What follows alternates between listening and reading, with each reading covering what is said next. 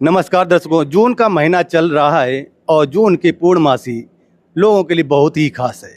खास इसलिए है क्योंकि इस दिन कबीर साहिब जी सतलोक से चलकर कमल के फूल पर प्रकट हुए थे।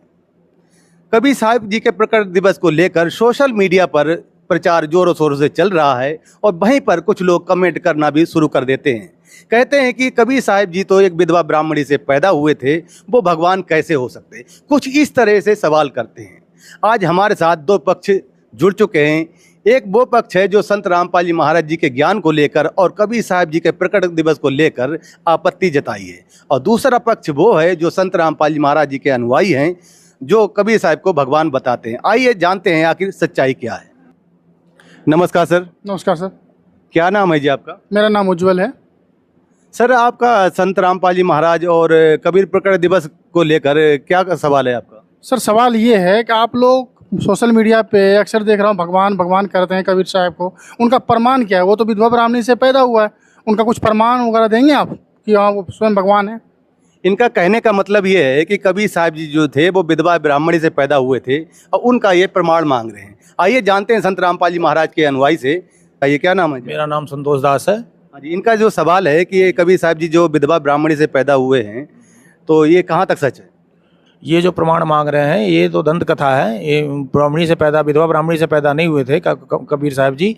कबीर साहब जी के वाणियों में ही इसका प्रमाण है। कबीर साहब जी कहते हैं कि ना मेरा जन्म न गर्भ बसेरा, बालक बन दिखलाया, काशी नगर जल कमल पे तेरा, तहाँ जुलाहे ने पाया। इसका मतलब प्रमाण इस ऋग्वेद में भी है कि वो शिशु रूप में आते हैं और कमल पे प्रकट होते हैं, कमल के फूल पे, और अपनी लीला करते हैं। वो इस तरह से वो भगवान है। बाकी जो ये कह रहे हैं तो इसका प्रमाण ये दे। जैसे ये कह रहे हैं कि विधवा ब्राह्मणी से पैदा हुए हैं तो इसका प्रमाण ये देंगे। हाँ जी, आप इसका प्रमाण देंगे? जो आप कह रहे हो कि विधवा ब्राह्मणी से कबीर साहब जी पैदा हुए हैं, वो प्रमाण मांग रहे हैं, आपके पास कोई प्रूफ है? प्रमाण नहीं है सर, प्रमाण मेरे पास नहीं है। मैंने कुछ अपने सिलेबस में पढ़ा था 10वीं के 8वीं के 9वीं के क्लास में है कि कबीर साहब तो ऐसे ही मतलब है कि वो भगवान नहीं है। भगवान नहीं है इसलिए नहीं है कि वो विधवा ब्राह्मणी से पैदा हुए हैं। हमारे लोग में सब जितने भी हमारे समाज के लोग हैं वो सब एक ही कहते हैं कि वो भगवान नहीं है। आपके संत रामपाल जी महाराज जी के जितने भी शिष्य मिले हैं वो सब भगवान उनको मानते हैं। उनके लिए मुझे नहीं पता, बाकी वो आप लोग जो बताते हैं फिर उनका प्रमाण आप लोग दीजिए। नहीं तो इन्होंने तो अभी प्रमाण दिया है। कबीर साहब की वाणी भी बोली है कि ना मेरा जन्म ना गर्भ बसेरा, बालक बन दिखलाया, और काशी नगर जल कमल पे डेरा, तहाँ जुलाहे ने पाया।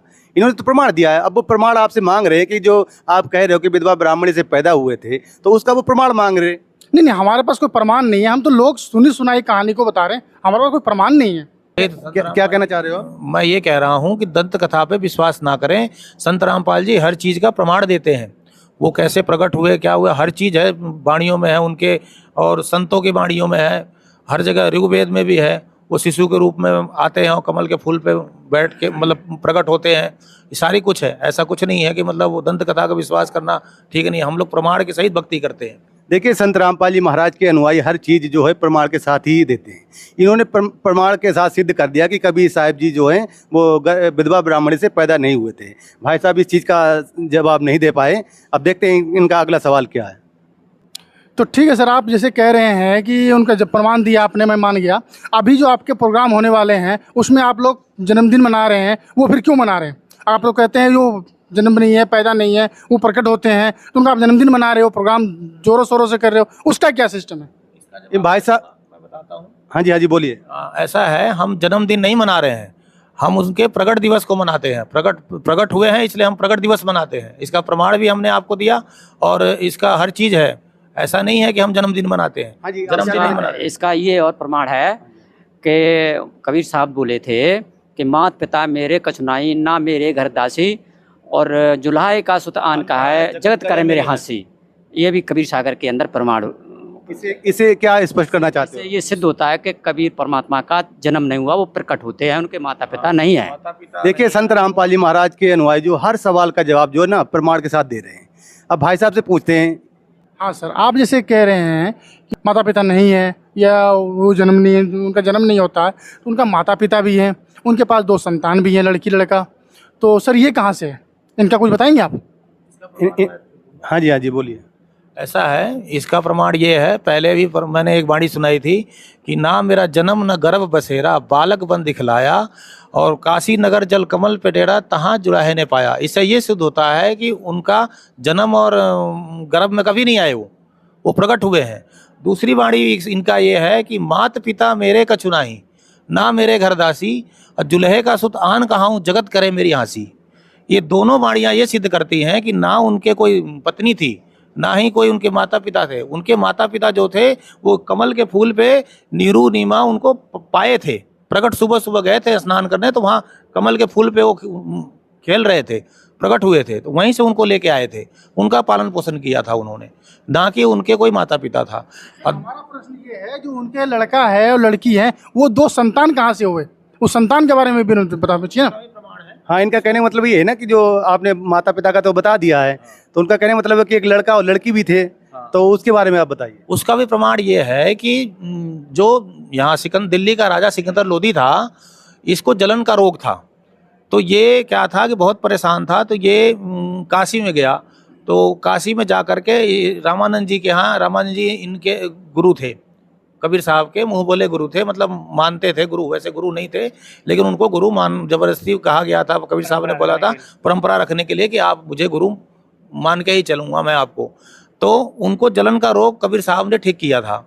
और उससे पहले जब ये रामानंद जी के आश्रम में सिकंदर लोदी गया था, तो रामानंद जी हिंदू मुसलमानों से मतलब बैर रखते थे, तो रामानंद जी का उसने सर काट दिया था सिकंदर लोदी ने, तो सर काट दिया था, तो कबीर साहब ने उनको जिद्दा किया था, तो उससे सिकंदर लोदी भी उसको अपना गुरु मानने लग गया था।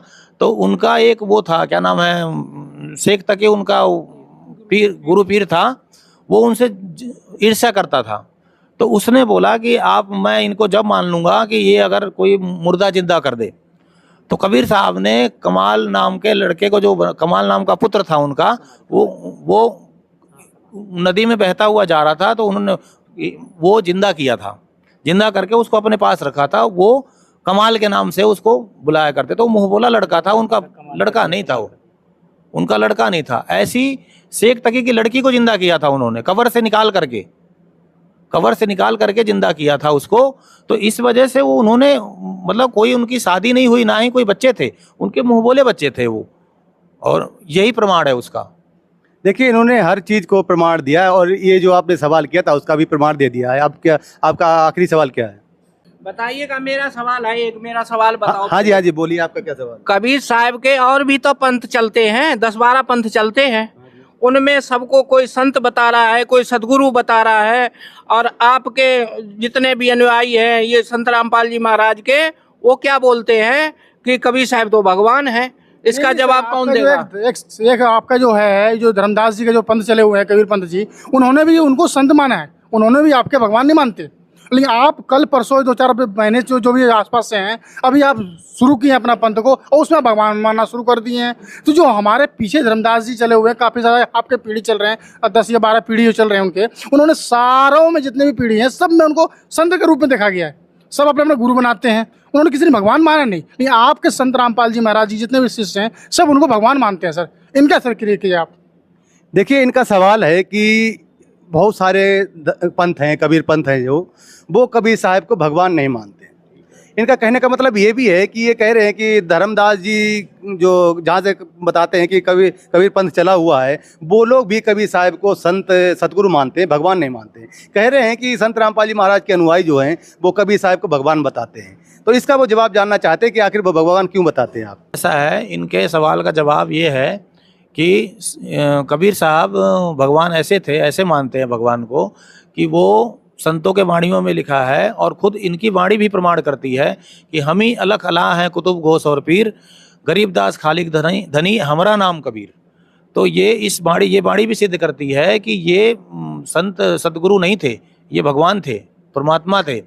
और हमारा क्या नाम है, गरीबदास जी महाराज भी कहते हैं कि हम सुल्तानी नानक तारे दादू को उपदेश दिया, जात जुलाहा भेद न पाया, काशी माही कबीर हुआ। तो ये भी वाणी ये सिद्ध करती है कि वो परमात्मा थे।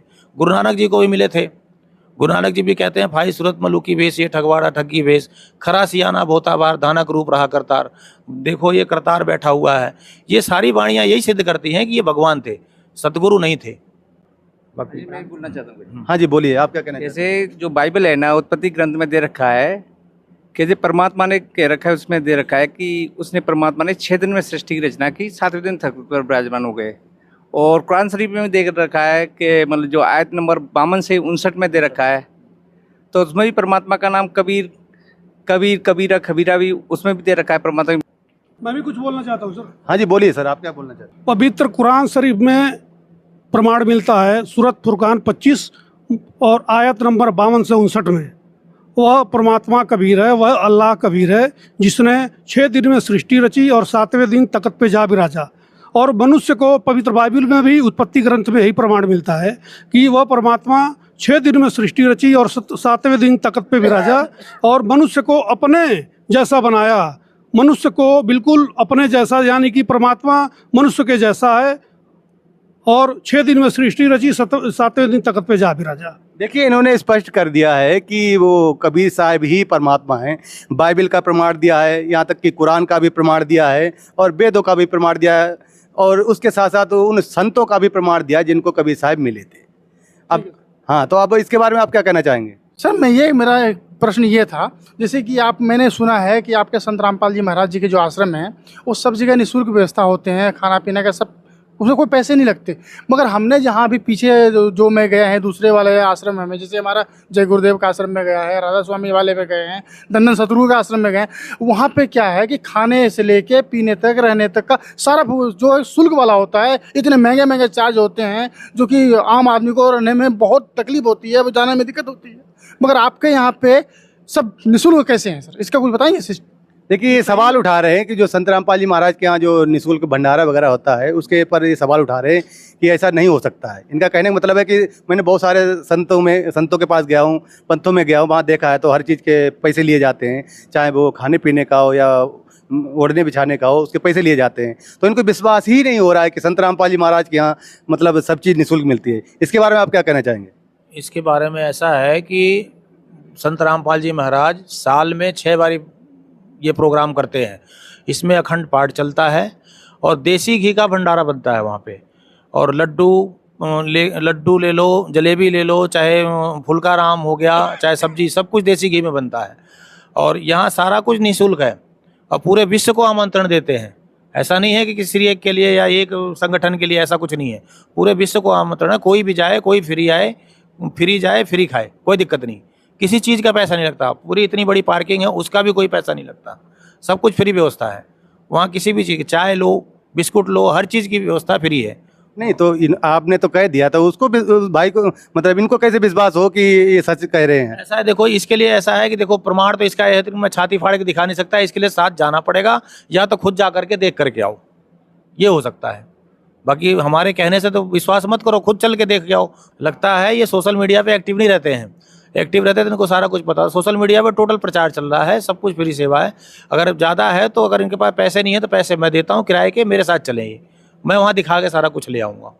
देखिए, अब संत रामपाल जी महाराज के अनुयायी जो हैं इतना कर रहे हैं कि आपके पास अगर पैसे भी नहीं है तो ये ले जाने के लिए तैयार हैं। अब देखिए आप क्या करना चाहते हैं। ठीक है सर, हम एक बार चल के देखना चाहेंगे उस जगह को, पवित्र जो आपने भगवान बताते हैं, हम भी उस जगह को जाना चाहेंगे, देखना चाहेंगे कि वो सही में सच्चाई ऐसा है या सिर्फ लोग दिखावा या खाली कहने के हिसाब से है। हम चल के आपके साथ चलने को तैयार हैं। हम आपके सत्संगों में और जो प्रोग्राम होंगे उसमें हम जाने को तैयार हैं।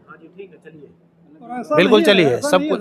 एक आश्रम भी नहीं है, ये नेपाल सहित 11 आश्रमों में ये भंडारा चलता है और साल में 6 भंडारा चलता है और 3 दिन का चलता है। अखंड पाठ चलता है देसी घी में और सारा सिस्टम ही देसी घी का है।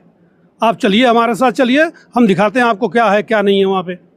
हमारा इनसे ही नहीं, पूरे विश्व से सभी भाइयों से और माताओं और बहनों से हाथ जोड़ के प्रार्थना है, एक बारी भंडारा में आएँ और देखें। वहाँ पे सभी 11 आश्रमों में जहाँ जिसको नज़दीक पड़ता है वहाँ पे आएँ और देखें क्या है क्या नहीं है। सच्चाई वहाँ आने के बाद ही पता लगेगी। सत साहेब, देखिए, हमारी डिबेट संपूर्ण हो गई है और मिलते हैं अब अगली वीडियो में। तब तक के लिए धन्यवाद।